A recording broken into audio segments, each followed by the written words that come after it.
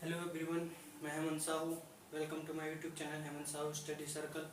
कक्षा 10वीं की इकाई 2 पर हम चर्चा करेंगे। इकाई 2 क्या है? अम्ल, क्षारक एवं लवण। ठीक है, इकाई 2 है अम्ल, क्षारक एवं लवण, जिसमें से इस अध्याय के बारे में जो है हम चर्चा करेंगे। ये इकाई 2 है आपकी 10वीं कक्षा की। तो इन सब पे चर्चा करने से पहले हमें कुछ एक दो चीज़ों की बारे में और समझना पड़ेगा, जिसमें से सबसे पहली क्या है? विद्युत अपघट्य।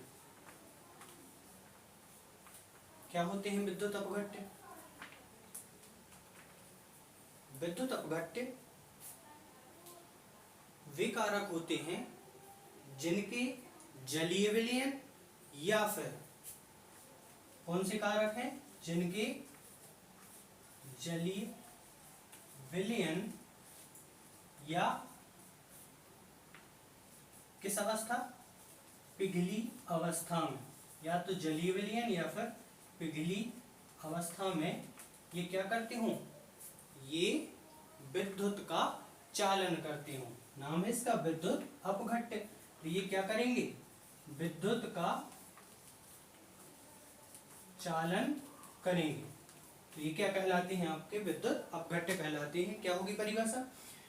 विद्युत अपघट्य वे कारक हैं जिनके जलीय विलयन या पिघली अवस्था में वह विद्युत का चालन करते हो। ठीक है, उन्हें क्या कहा जाएगा? विद्युत अपघट्य कहा जाएगा।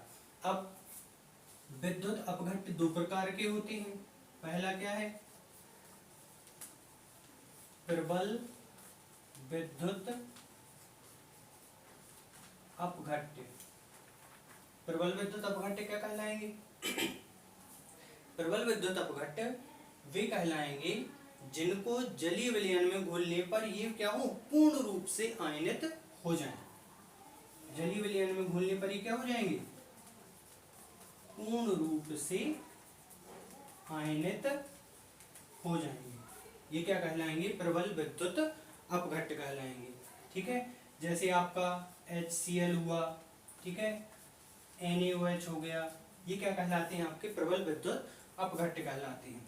ठीक, इसी प्रकार दूसरे क्या होते हैं? दुर्बल विद्युत अपघट्य। दुर्बल विद्युत अपघट्य क्या कहलाएंगे? बिल्कुल इसके विपरीत। ठीक है, जो पूर्ण रूप से आयनित नहीं होते। ठीक, मतलब कैसे होंगे? अगर पूर्ण रूप से नहीं हो रहे तो कैसे होंगे? आंशिक रूप से आयनित होंगे। ठीक है, अर्थात ये कह सकते हैं कि जैसे ही इनको जलीय विलयन में घोला जाएगा या पिघली अवस्था में घोला जाएगा तो ये पूर्ण रूप से आयनित नहीं होते, अर्थात ये आंशिक रूप से जो है आयनों में बढ़ते हैं। तो इन्हें क्या कहा जाएगा? दुर्बल विद्युत अपघट्य। जैसे शक्कर हो गया, ठीक है, ग्लूकोज हो गया, ग्लूकोज C6H12O6, ठीक, यूरिया हो गया। यूरिया का फॉर्मूला क्या है? NH2CONH2, ठीक, एल्कोहल हो गया, इथाइल एल्कोहल, ठीक है, C2H5OH। तो ये कुछ इस प्रकार के यौगिक हैं जो क्या होते हैं?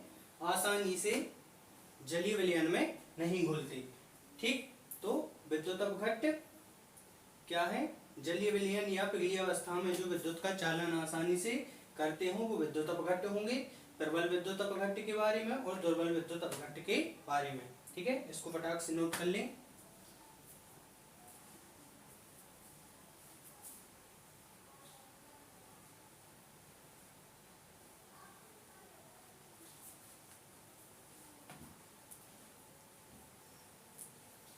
चलिए, इसके बाद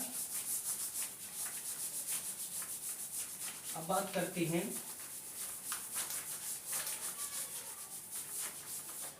अम्लों की और क्षारों की। ठीक है,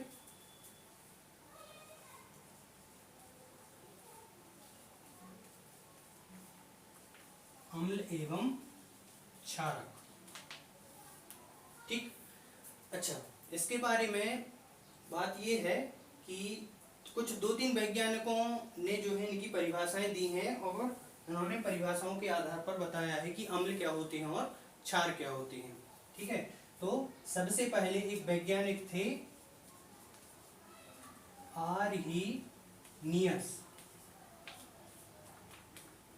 आर्हीनियस वैज्ञानिक ने इसके बारे में, तथ्यों के बारे में कुछ अवधारणाएं दी और बताया कि अम्ल वे कारक होते हैं। अम्ल की परिभाषा जब इन्होंने दी तो क्या बोला कि अम्ल वे कारक होते हैं जो क्या करें, विलयन में घुलने पर ये क्या दें, हाइड्रोजन आयन को क्या कर दें, मुक्त कर दें। उन्हें क्या कहा जाएगा, अम्ल कहा जाएगा। ठीक है, आर्हीनियस के अनुसार अम्ल की परिभाषा क्या हुई, अम्ल वे कारक होते हैं जो विलयन में घुलने पर हाइड्रोजन आयन मुक्त करते हो। ठीक है, इसी प्रकार से इन्होंने क्षारक की परिभाषा दी कि क्षारक वे कारक होते हैं जो विलयन में घुलने पर क्या दें, OH- आयन मुक्त करें। OH- आयन को क्या कहते हैं, हाइड्रोक्सिल आयन। ठीक, क्या परिभाषा दी, क्षारक वे कारक होते हैं जो विलयन में घुलने पर OH- आयन मुक्त करें। ठीक है, तो इनकी इन्होंने परिभाषा दी। अब अम्ल का उदाहरण, ठीक है, जैसे HCl हो गया अपना, ठीक है, और एसिटिक अम्ल हो गया। इसी प्रकार से क्षारक की बात की जाए तो NaOH, इनके बारे में अपन अभी उदाहरण के बारे में चर्चा करेंगे। फटाक से जो है आर्हीनियस के अनुसार अम्ल एवं क्षारक की परिभाषाओं को नोट कर लें।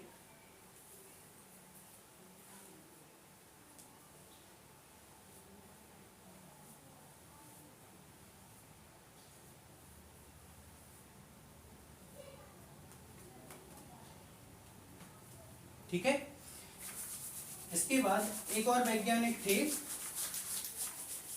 दरअसल ये जो आर्हीनियस का सिद्धांत था ये पूर्ण रूप से सहयोगी नहीं हुआ। इस कारण से 2 वैज्ञानिकों ने, ब्रोंस्टेड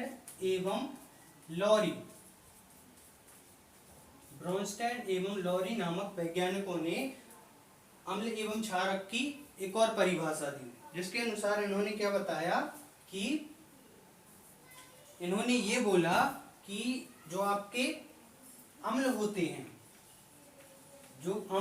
हैं वो क्या होते हैं, प्रोटॉन दाता होते हैं। ठीक, और क्षारक क्या होते हैं, क्षारक होते हैं प्रोटॉन ग्राही।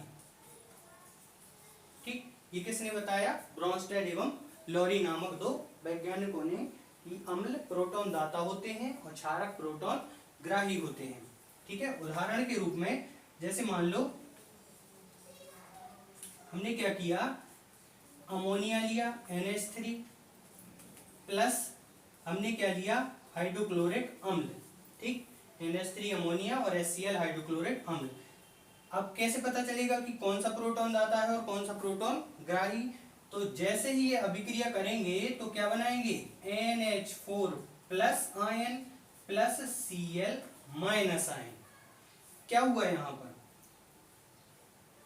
ये जो अम्ल था HCl अम्ल था, तो इसने क्या किया, अपना हाइड्रोजन कहां दे दिया, NH3 3 को दे दिया तो इसने क्या कर लिया, NH4 बना लिया। और Cl क्या हो गया, Cl पर कौन सा आयन आ गया, माइनस आयन। ठीक, तो यहाँ पर जो अम्ल है, अम्ल कौन हो गया, प्रोटॉन दाता हो गया।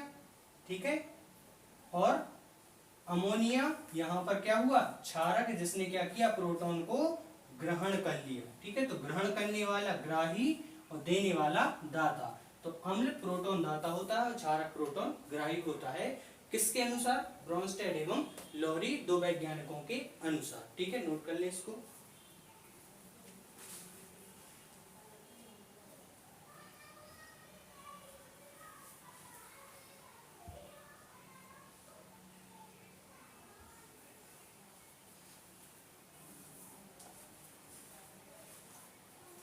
चलिए, इसके बाद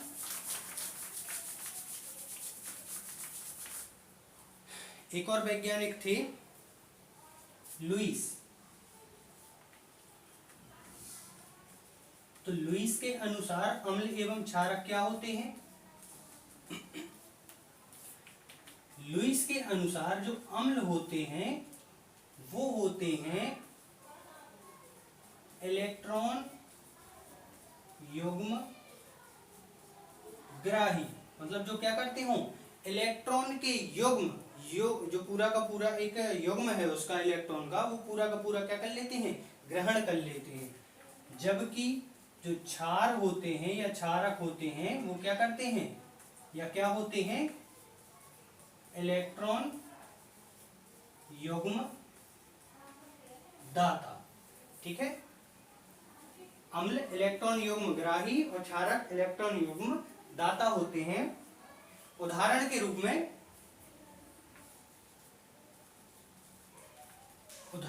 में हम ले लें, जैसे कि ये हो गया नाइट्रोजन और यहां क्या जुड़ जाएंगे, हाइड्रोजन। ठीक, ये हो गए इसके दो। नाइट्रोजन का परमाणु क्रमांक कितना होता है, नो, कार्बन का 6 और उसके बाद 7। ठीक है, तो ये क्या करेगा, नाइट्रोजन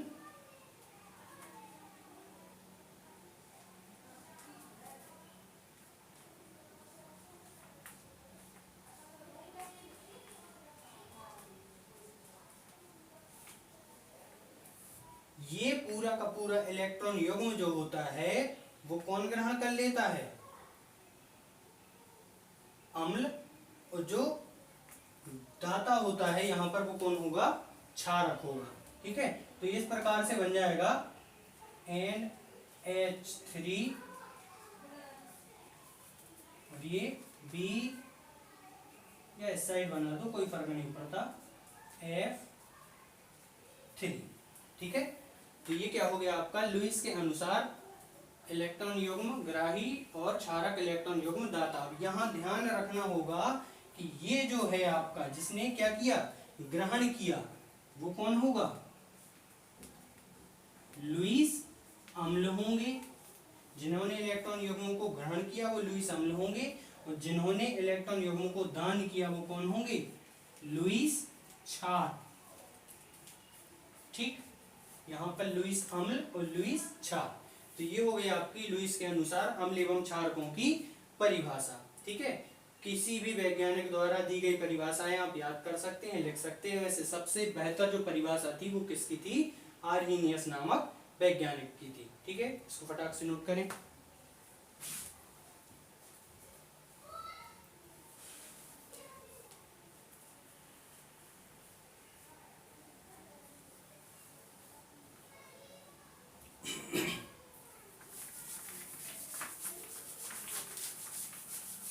चलिए, इसके बाद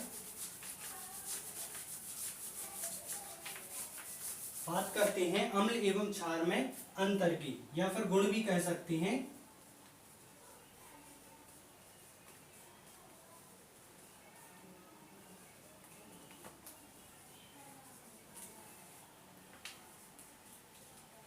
दोनों नाम से भी पूछ लिया जाता है कि अम्ल क्या है और क्षार क्या है।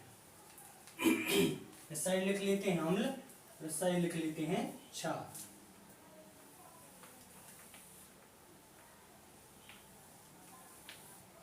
ठीक, चलिए तो अम्ल क्या होंगे स्वाद में? अम्ल जो होते हैं वो स्वाद में खट्टे होते हैं। ठीक, और क्षार स्वाद में कड़वे होते हैं। ठीक, अब ये तो बात हो गई स्वाद की। अगर इनको छुआ जाए, छूकर देखने पर,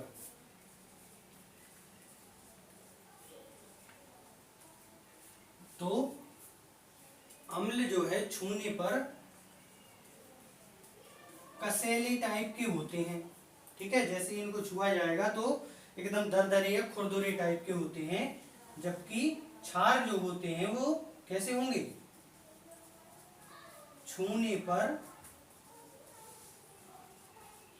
चिकने होते हैं। ठीक है, एकदम स्मूथ। तीसरा अंतर देखें, ये क्या करते हैं? अम्ल है, यहां एक बात ध्यान रखना, अनीला, और यहां पर याद रखना क्षालानी। ठीक, अब इसी के आधार पर आ से अम्ल, तो अम्ल जो होते हैं वो नीले लिटमस पत्र को क्या कर देंगे? लाल कर देते हैं। ठीक है, अम्ल नीले लिटमस पत्र को लाल कर देते हैं। इसी प्रकार से क्षार लाल लिटमस पत्र को क्या कर देंगे? नीला कर देते हैं। ठीक, तो ये हो गए क्या आपके 3 अंतर। चौथा अंतर, अम्ल जो हैं वो धातुओं से क्रिया करने पर हाइड्रोजन गैस मुक्त करते हैं।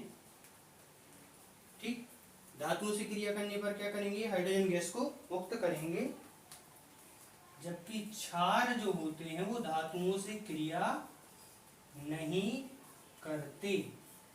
ठीक, ये हो गए 4 अंतर। 4 नंबर का भी क्वेश्चन आता है, लेकिन 5 नंबर का भी हम जो है 5 पॉइंट भी इसके लिख लें। तो इसके उदाहरण लिख दें एक एक अम्ल की उदाहरण। तो जैसे HCl हो गया, H2SO4 हो गया, मतलब हाइड्रोक्लोरिक अम्ल और सल्फ्यूरिक अम्ल। ऐसे ही 5वें में इसके उदाहरण लिख दें,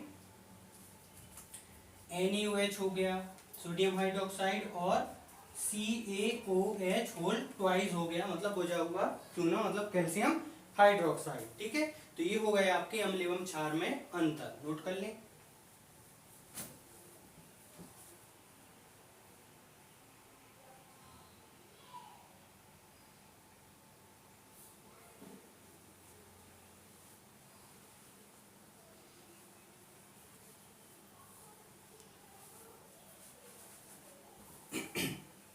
चलिए,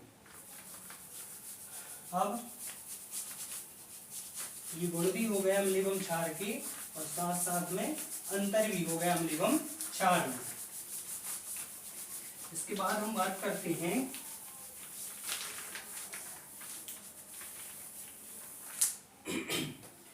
प्रबल अम्ल एवं दुर्बल अम्लों की। प्रबल अम्ल क्या होते हैं?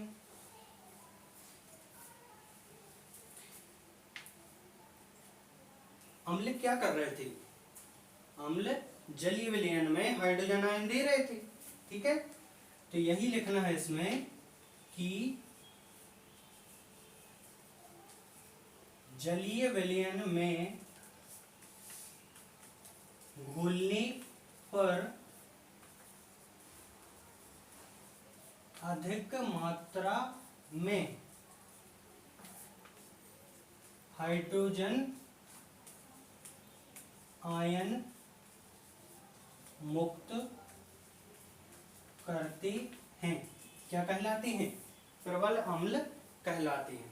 ठीक है, उदाहरण की बात करें, प्रबल अम्ल क्या होंगे? आपका HCl हो गया, ठीक, H2SO4 हो गया, ये क्या है? आपके प्रबल अम्ल हैं। अब क्या दुर्बल अम्ल क्या होते हैं?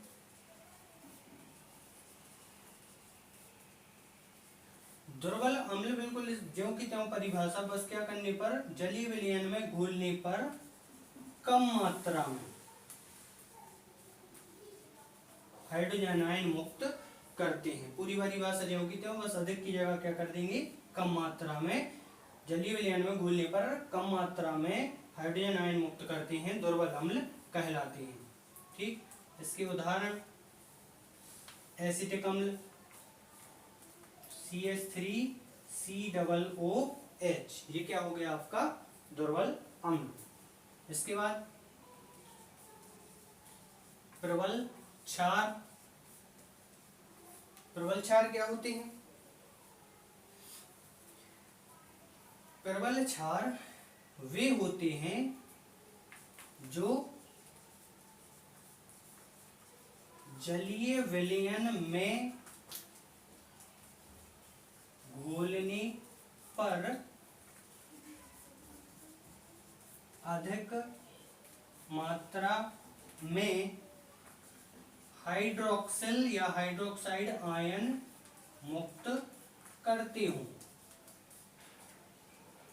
वे क्या कहलाते हैं? प्रबल क्षार कहलाते हैं। उदाहरण हो गया आपका NaOH या फिर KOH, सोडियम हाइड्रोक्साइड और पोटेशियम हाइड्रोक्साइड। ठीक, ये हो गया आपके प्रबल क्षार। इसी प्रकार से दुर्बल क्षार। दुर्बल क्षार क्या होंगे? बिल्कुल ज्यों की त्यों परिभाषा, जलीय विलयन में घोलने पर बस अधिक की जगह क्या कर दो? कम मात्रा में हाइड्रोक्साइड आयन मुक्त करते हूं। कैसी होगी परिभाषा? दुर्बल क्षार वे क्षार होते हैं जिनको जलीय विलयन में घोलने पर कम मात्रा में हाइड्रोक्साइड आयन मुक्त करते हूं, वो क्या कहलाएंगे? दुर्बल क्षार कहलाएंगे। उदाहरण के रूप में ले लो CaOH होल ट्वाइस या फिर MgOH होल ट्वाइस। ठीक है, मैग्नीशियम हाइड्रोक्साइड और कैल्शियम हाइड्रोक्साइड, तो ये क्या हो जाएंगे? आपके दुर्बल क्षार। ठीक है, नोट कर लें इनको।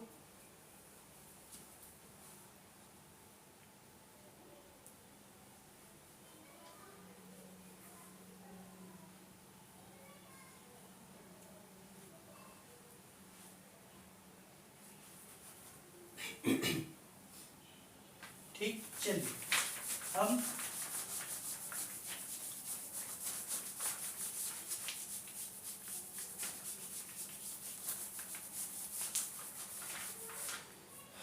अब एक तालिका बनी हुई है जिनके आधार पर आपके ऑब्जेक्टिव बनते हैं और ऑब्जेक्टिव इसके आधार पर पूछे जाते हैं कि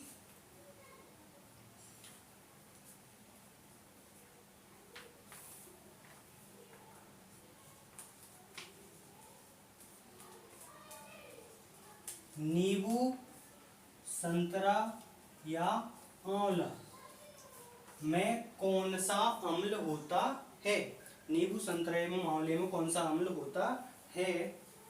तो क्या लिख देंगे? साइट्रिक अम्ल। साइट्रिक या सिट्रिक दोनों नाम से लिखा जाता है इसको। ठीक है, साइट्रिक अम्ल या सिट्रिक अम्ल। ठीक है, सिट्रिक एसिड। फिर दूसरा पूछा जाता है कि निम्न में से 4 ऑप्शन दे दिए जाएंगे और टमाटर में कौन सा अम्ल पाया जाता है? तो क्या लिख देंगे? ऑक्सैलिक अम्ल। कौन सा अम्ल होता है? ऑक्सैलिक अम्ल पाया जाता है टमाटर में। ठीक, फिर पूछा जाता है कि चींटी या बिच्छू के डंक मारने पर जलन होती है, तो वो जलन जो है वो किस कारण से होती है, क्योंकि इसमें पाया जाता है फार्मिक अम्ल। फार्मिक अम्ल पाया जाता है, इस कारण से वो जलन होती है। फार्मिक अम्ल का फॉर्मूला क्या है, HCOOH, जिसे हम एक नाम से और जानते हैं मेथेनोइक अम्ल। ठीक, चौथा हो जाएगा आपका इमली। इमली में कौन सा अम्ल पाया जाता है, तो इमली में पाया जाता है टार्टरिक अम्ल। ठीक, उसी के कारण ये खटास होती है इसमें। और पांचवा हो जाएगा आपका दही, दूध, मतलब जितने भी दूध से निर्मित पदार्थ होते हैं, मिल्क से निर्मित पदार्थ होते हैं, सभी में क्या पाया जाता है, लैक्टिक अम्ल पाया जाता है। ठीक है, और एक और चीज है जिसका उपनाम पूछ लेते हैं वो क्या है, सिरका। तो सिरका का उपनाम क्या है, एसीटिक अम्ल। एसिटिक अम्ल मतलब CH3COOH। ये क्या हो जाएगा आपका, सिरके में पाए जाने वाला अम्ल हो जाएगा। ठीक है, तो इनमें से ऑब्जेक्ट पूछ लेते हैं। तो अम्ल, क्षारक एवं लवण से ये कुछ महत्वपूर्ण प्रश्न थे। एक हमने क्या देखा, अम्ल और क्षार की परिभाषाएं। ठीक, दूसरी बात हमने क्या देखी, अम्ल और क्षार में अंतर देखे। ठीक, फिर एक क्वेश्चन हमने क्या देखा, विद्युत अपघट्य।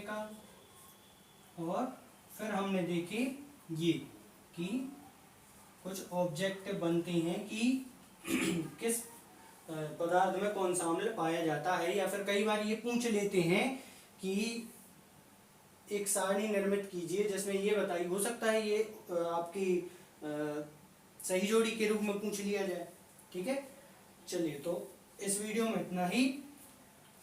लाइक कीजिए, सब्सक्राइब कीजिए मेरे YouTube channel Hemant Sahu's study circle. ठीक, धन्यवाद।